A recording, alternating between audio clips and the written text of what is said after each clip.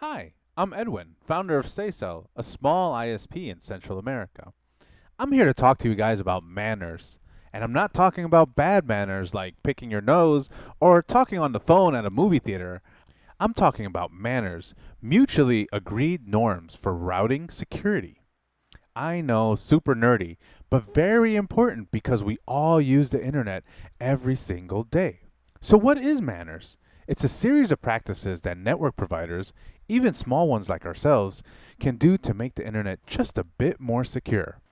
You see, the internet is just a bunch of smaller networks working together, basically trusting each other, to share traffic and creating one gigantic network we call the internet. We're a small ISP and we manage our digital highways on our network. And there are bigger ISPs and backhaul providers that manage their large network highways, sometimes through the air, but mostly through cables over land and through the oceans. It's truly an incredible feat.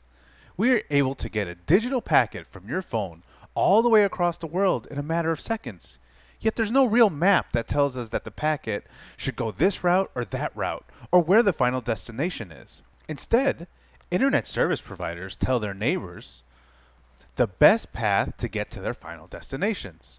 And for the most part, this process is based on trust, where one network trusts the other network is really telling them the truth, and that they're going to take their packet and send it to the right place.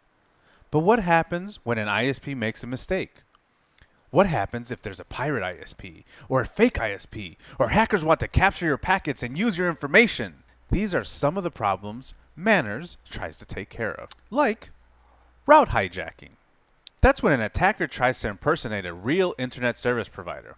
It's like when a criminal is wearing a mask and pretending to be someone else. There are other problems like route leaks. That's when an ISP unintentionally or intentionally advertises a route that does not exist. This literally can cause havoc. Imagine if a route leak said YouTube was located at this address instead of this address. This could literally bring down the internet. And this has happened in the past. Back in 2008, a Pakistani telco had a censorship order from the government. Instead of blocking traffic to YouTube, they published a fake route to YouTube. This fake route was then published and republished by operators who trusted the route from the Pakistani telco. And thus, no one had YouTube in the region until it was fixed. No cat videos. Ah! Then there's IP spoofing. IP addresses are the fundamental addresses of the internet. There are public IPs and private IPs. I won't get into too much detail about this, but public IPs are like the buildings or the router you connect to that has a public address to the wide area network or the internet.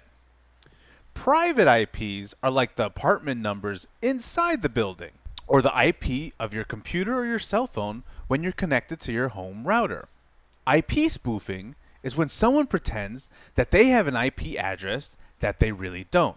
It's like pretending to be Jane, but really you're Jack. Now that everybody believes Jack is Jane, he can try to get traffic that was really meant for Jane. These are all very huge security problems, and it's up to us, the internet service providers, even little ones like ourselves, and network providers, especially those big guys, to try to make sure this does not happen. That's why SayCel is committed to manners and having good manners. In the next videos, I will explain how to use manners to tackle these essential security problems and to make sure the internet is running like a well-oiled, greasy machine. Thanks, everybody. This has been brought to you by SayCel and the Internet Society.